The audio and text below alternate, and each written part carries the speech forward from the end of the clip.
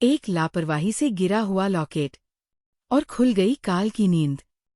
गौरी के हाथों आया मान कलश, मगर उसके पीछे जाग उठा महाकाल का सेवक मकासुर। क्या गौरी इस खौफनाक खतरे से अपने परिवार को बचा पाएगी, या फिर मान कलश बनेगा उनकी बर्बादी की वजह?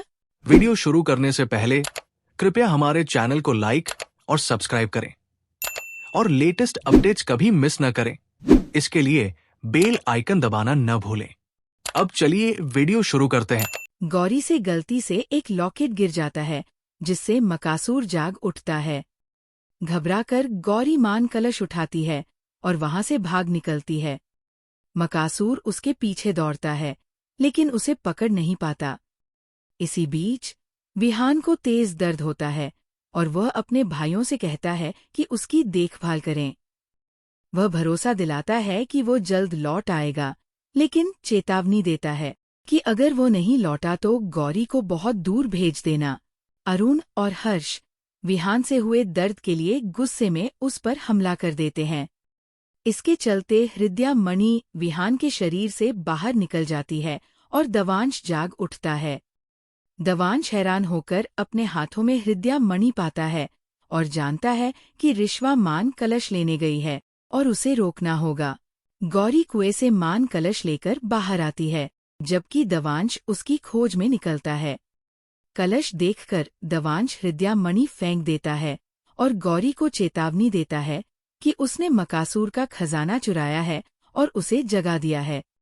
दूसरी ओर मोहना सभी दाइनों को इकट्ठा कर जश्न मनाती है और कहती है कि विहान जल्द ही दवांश में बदल जाएगा। मकासुर की भयावह चरमराहट की आवाजें परिवार तक पहुंचती है। दवांश तुरंत चेतावनी देता है कि मकासुर अपने खजाने की वजह से उन्हें मारने आ रहा है। वीना गौरी को सलाह देती है कि कलश खोल दे ताकि विहान की रक्षा हो सके। गौरी कोशिश करती है, लेकिन दवांश कहता है कि इसे केवल वह अपनी जादुई शक्ति से खोल सकता है। इसी बीच गौरी बाहर पश्चिम देखती है और सबको घर बंद करने का आदेश देती है। मकासुर की गूंजती आवाज दीवारों से आती है कि उसका खजाना लौटा दिया जाए। दवांश ठंडी आवाज में कहता है कि ये गौरी की समस्या है। गौरी उससे मदद की गुहार लगाती है, लेकिन दवांश सुझाव देता है कि वह खजाना वापस कर दे ताकि मकासुर चला जाए। गौरी इनकार कर देती है और दवांश उन्हें खतरे में छोड़कर चला जाता है। उधर हर्ष और सिया बैटी को खोज रहे होते हैं।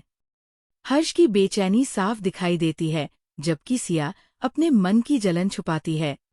दोनों बैटी को ढूंढ लेते हैं, लेकिन वह सदमे में होती है और उसे सहारे की जरूरत होती है।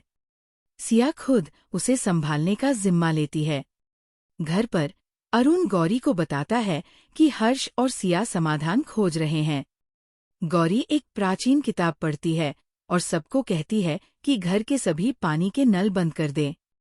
इसी बीच मोहना दायन समिति को संबोधित करती है और घोषणा करती है कि विहान और उसका परिवार बलि चढ़ाया जाएगा ताकि अंधकार साम्राज्य की स्थापना हो सके।